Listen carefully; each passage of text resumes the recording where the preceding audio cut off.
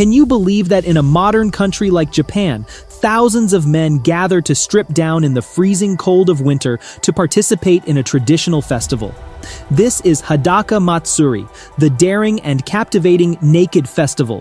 What makes this festival so special and attracts thousands of participants? What challenges do the men face in this event? And what deeper meaning lies behind this naked festival?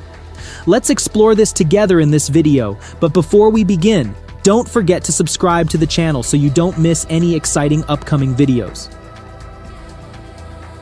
I once had the chance to visit Japan during a frigid winter when the cold seemed to seep into every bone. But in Okayama City, at the Saidaiji Kannonin Temple, there is a festival where the harsh weather seems powerless against the intense heat of human spirit. The famous and strange Hadaka Matsuri, the Naked Festival. I learned that this festival is held in many places across Japan, each with its unique characteristics, but the most famous one is at Saidaiji Kannonin Temple in Okayama City, so I chose this place. At the festival, I saw thousands of men, from all walks of life and ages, wearing nothing but a white loincloth, gathering and cheering in the freezing February weather. They all shared a common purpose: to seek good fortune, and, perhaps even more, to honor the cultural and ancient traditions that their country has preserved for generations. Initially, I was a bit skeptical when I first heard about this festival. How could such an unusual event attract so many people? But once I witnessed it myself, I realized it wasn't just about bravery or physical strength, but also a test of mental endurance, where the cultural and spiritual values of the Japanese people are celebrated. I became curious about the long history of this festival, so I asked an elderly man there. He told me that Hadaka Matsuri has a history of over 500 years, with its origins dating back to the Muromachi period, 1336 to 1573. Initially, the festival was held as a spiritual ritual at Saidaiji Kannonin Temple to pray for bountiful harvests, peace, and health. Historical records show that back then, monks would throw lucky paper talismans, gohei, to the people, which eventually developed into a competition where thousands of men would fight to touch the sacred items for good luck. At first, participants wore simple clothing, but over time, they switched to wearing loincloths, fundoshi, a traditional Japanese garment. Over time, the fundoshi became an essential part of the festival.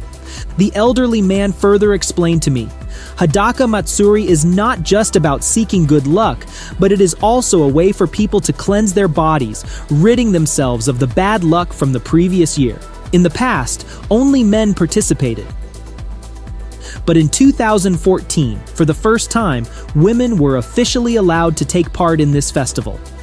According to him, the women participants do not wear loincloths like the men, but instead wear long happy coats that reach the hips and short pants, the typical attire of Japanese festivals. Although they do not directly compete for the lucky sticks, their presence brings a fresh and balanced atmosphere to the festival, making Hadaka Matsuri more diverse while still maintaining its inherent solemnity. He continued to tell me, in Japanese belief, the purer the body, the more tranquil the soul, and this helps them receive more blessings from the gods. As I listened to him, I was captivated by the lively and energetic atmosphere of Hadaka Matsuri. In front of me, hundreds of men, wearing only white loincloths, plunged into a pool of freezing water. The icy water seemed to cut into their skin, but they bravely pushed forward, submerging themselves in what is considered a ritual to wash away the bad luck from the previous year. After completing the purification ritual in the water, the crowd turned toward the temple.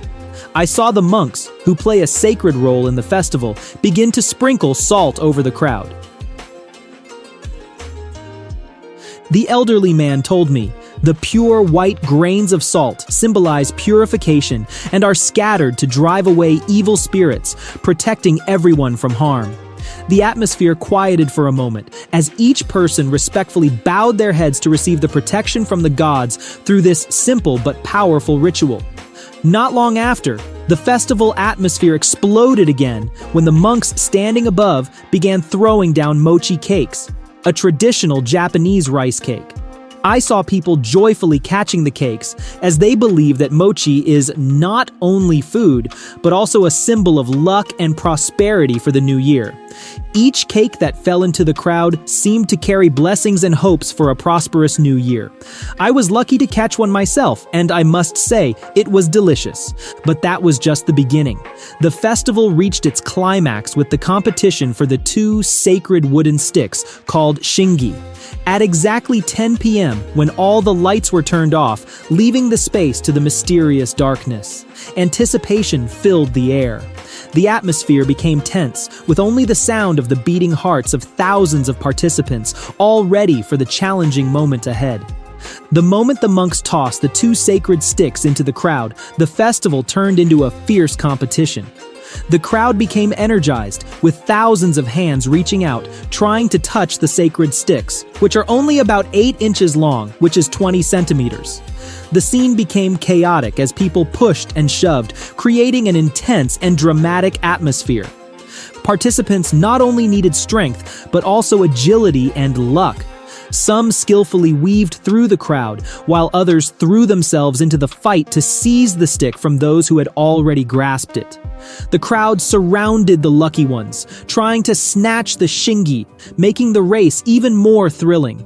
However, the festival still maintained its sense of solemnity and order. Despite the fierce battle for the shingi, participants did not intend to harm one another. They fought with the hope of receiving blessings from the gods, and winning the shingi brought not only personal honor, but also deep spiritual significance.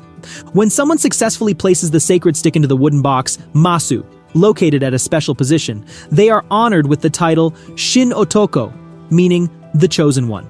This is not only a great personal pride, but also brings blessings from the gods throughout the new year. However, placing the stick into the box amidst the crowd is no easy feat. The winner must overcome the winter cold, the jostling of the crowd, and physical challenges to protect the stick until it is successfully placed into the wooden box, masu. After the competition ended, the festival atmosphere didn't die down. Instead, it became even more vibrant and joyful.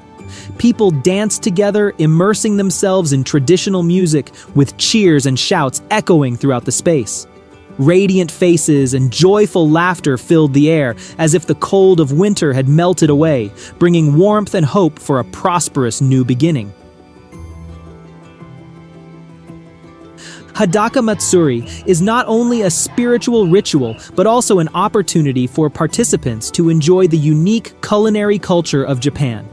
All along the streets, bustling food stalls served a variety of specialty dishes cooked right on the spot, emitting irresistible aromas.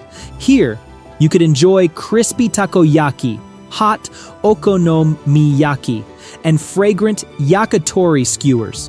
Alongside, the sounds of the koto instrument resounded, and traditional dances were performed gracefully, as if guiding everyone back to the roots of Japanese culture. I left the festival feeling as if I had journeyed through a complete cultural experience. Hadaka Matsuri is not just a one-time event, but an exploration, a unique cultural experience where tradition and modernity blend to honor the enduring values of the land of the rising sun. If you found this video interesting, don't forget to hit subscribe so you can continue joining me on more cultural discovery journeys. And feel free to leave a comment, sharing a festival you find even more fascinating than Hadaka Matsuri. I would love to hear your thoughts. See you next time.